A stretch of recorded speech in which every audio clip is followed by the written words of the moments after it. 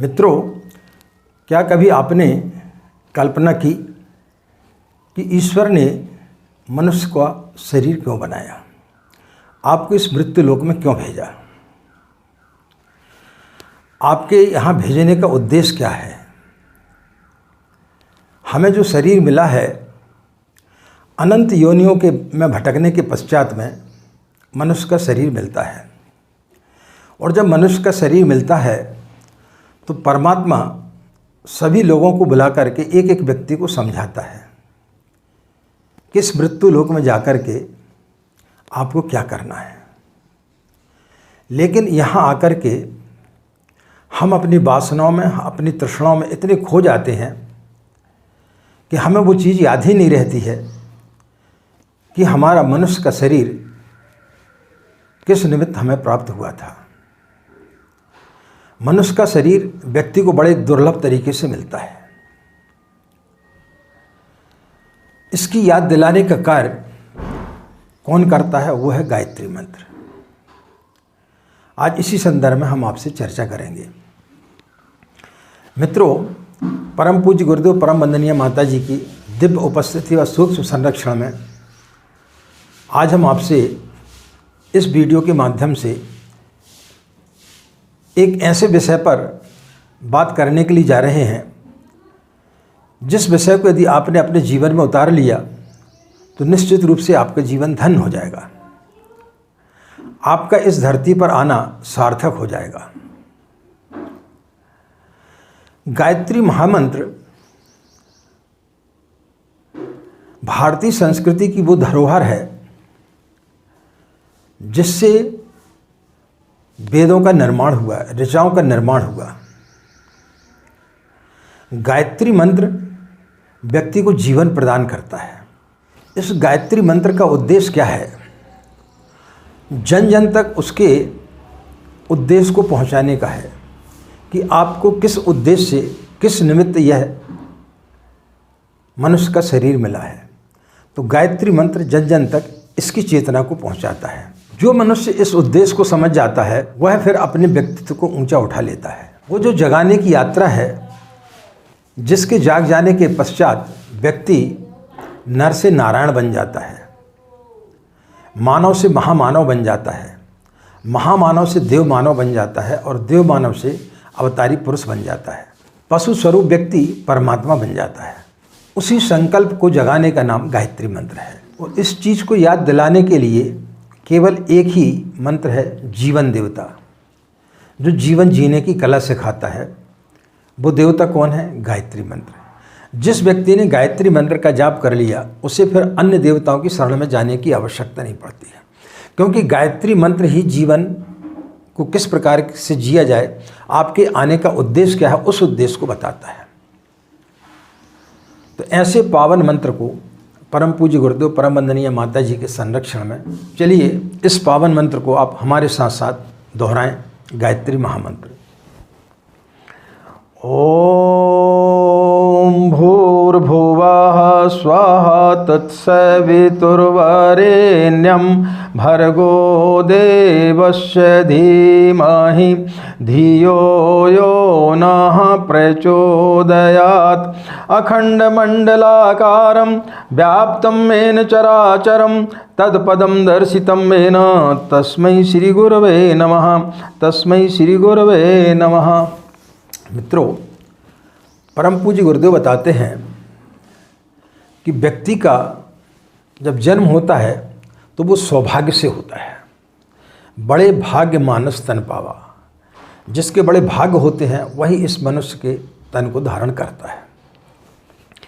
सौभाग्य के साथ साथ में इसमें संभावनाएं छिपी होती हैं, और उन संभावनाओं को जो व्यक्ति जागृत कर लेता है वो व्यक्ति मानव से महामानव बन जाता है। दो प्रकार की संभावनाएं होती हैं। एक होती है पतन की। जो व्यक्ति इस दुनिया में आता है, ज़्यादातर लोग काम, क्रोध, लोभ, वासना और पशु के समान बच्चे पैदा करना, यही सब काम करते रहता है। तो जो व्यक्ति पाप करता है, दुराचार करता है, लोगों का शोषण करता है, वो व्यक्ति कंस बन जाता है। और जो व्यक्ति इनसे उठ कर के प्रेम की गंगा बहाता है, लोगों को ज्ञान देता है और लोगों के हितों का कार्य करता है, वो व्यक्ति कृष्ण बन जाता है। जो व्यक्ति अहंकार में डूबा रहता है, अपने समक्ष किसी को कुछ नहीं समझता है, पर स्त्री पर बुरी नज़र रखता है, वो कितना भी विद्वान हो, वो रावण बन जाता है। लेकिन जो व्यक्ति मर्यादा के अंदर रहता है, माता पिता गुरु की सेवा करता है और अपने आचरण को आदर्श के रूप में प्रस्तुत करता है, वो व्यक्ति राम बन जाता है।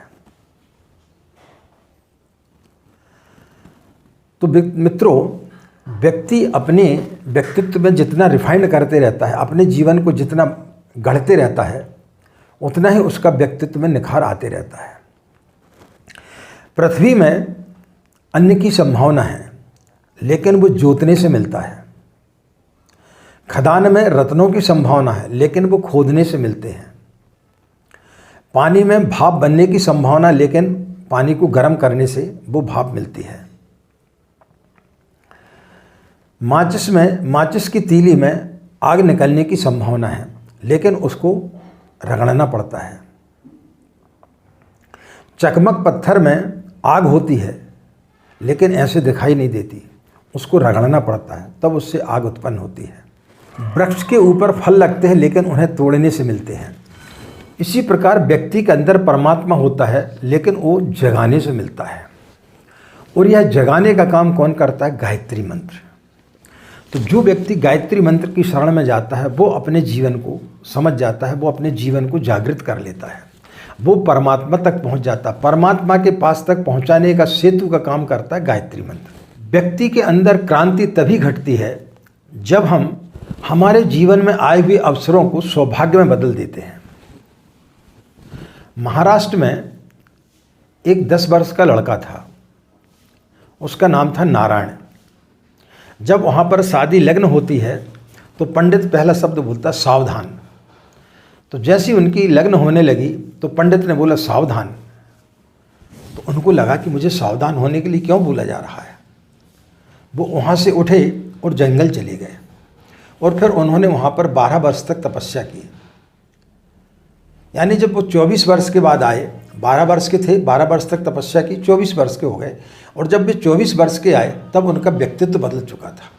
वो नारायण से समर्थ गुरु रामदास बन चुके थे। बुद्ध के जीवन में 3 छोटी घटनाएं घटी। राजा के लड़के थे, लेकिन जब वो रथ पर बाहर निकले तो उन्होंने एक वृद्ध व्यक्ति को देखा और उन्होंने सारथी से पूछा कि यह वृद्ध व्यक्ति क्यों है। बोले हर व्यक्ति ऐसे हो जाता। बोले मैं भी बूढ़ा हूँगा। बोले हाँ। एक बीमार व्यक्ति को देखा। बोले मैं भी बीमार हूँगा। बोले हाँ। एक अर्थी को देखा। बोले मेरी भी ऐसी अर्थी जाएगी। बोले हाँ। तो उन्होंने तुरंत राजपाट छोड़ दिया और वो सिद्धार्थ से बुद्ध बन गए। तो ये जगाने की प्रक्रिया है। जिस व्यक्ति ने इन सूत्रों को समझ लिया, वह व्यक्ति अपने व्यक्तित्व को ऊंचा उठा लेता है। और जब व्यक्ति का व्यक्तित्व ऊंचा उठ जाता है, तब उसके अंदर शुभ कर्म, शुभ संस्कार प्रस्फुटित हो जाते हैं। उसका व्यक्तित्व में निखार आ जाता है। वह व्यक्ति अलग ही हो जाता है। व्यक्ति का शरीर वही होता है, हाथ पैर वही होते हैं, उनमें कोई बदलाहट नहीं होती है, लेकिन व्यक्ति के विचार बदल जाते हैं, व्यक्ति की सोच बदल जाती है। और इस सोच को बदलने का काम करता है गायत्री मंत्र। हम साधना तो करते हैं, उपासना तो करते हैं, लेकिन हमारी जो कामनाएं होती हैं, उन कामनाओं को लेकर करते हैं। व्यक्ति की इतनी ज़्यादा कामनाएं होती हैं कि एक चीज़ उसकी पूर्ण होती है, वो दूसरी चीज़ पे उसका दिमाग चला जाता है, उस चीज़ को भूल जाता है। व्यक्ति को यदि कुबेर का खजाना भी मिल जाए, तब भी उसको वो कम पड़ जाता है। जो चीज़ मिल जाती है उसका महत्व जीवन में कम हो जाता है। इसलिए हम हमेशा दुखी रहते हैं। तो जिस व्यक्ति ने जीवन के उद्देश्य को समझ लिया, वह व्यक्ति मानव से महामानव बन जाता है। तो मित्रों, सौभाग्य की बात है कि आज के इस युग में एक ऐसे अवतारी सत्ता ने जन्म लिया जिसका नाम है आचार्य पंडित श्री राम शर्मा, जिन्होंने कि इस अंधकार वाले युग में, जहाँ पर कई वर्षों से ये भ्रांतियाँ फैला दी गई थी कि गायत्री मंत्र को ब्राह्मण के अलावा कोई नहीं जप सकता, स्त्रियाँ इसका जाप नहीं कर सकती, कई प्रकार के इसमें विधान बता दिए गए थे।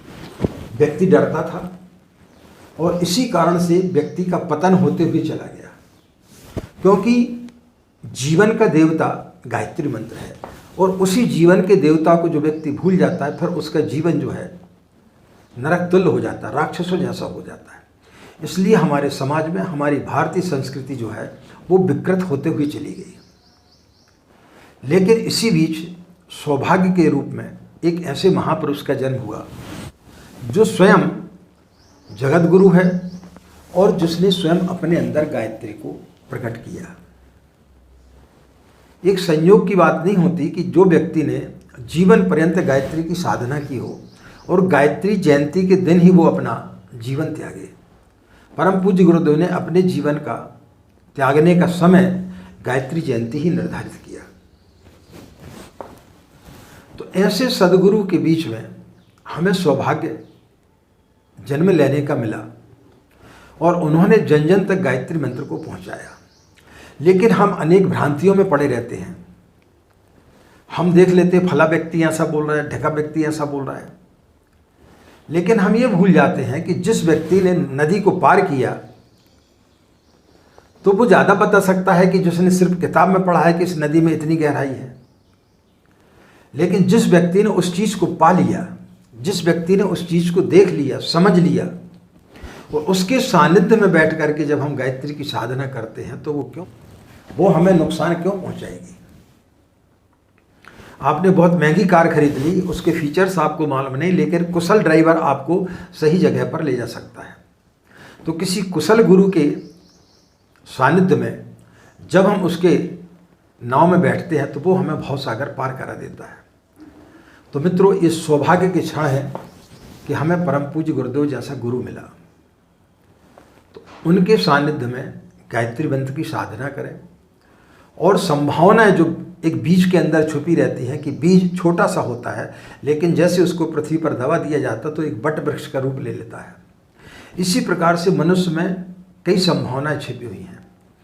वो चाहे तो राक्षस भी बन सकता है और वो चाहे तो नारायण भी बन सकता है। सिक्के के दो पहलू हैं, दोनों संभावना है। तो वो आपको चयन करना है कि आपको क्या बनना है। जिनको अपने व्यक्तित्व को ऊंचा उठाना है, जिनको अपने जीवन को इस प्रकार से जीना है कि ईश्वर ने हमें यह जीवन क्यों दिया है, तो निश्चित रूप से उनका जीवन सार्थक हो जाएगा। तो वो अपने सौभाग्य को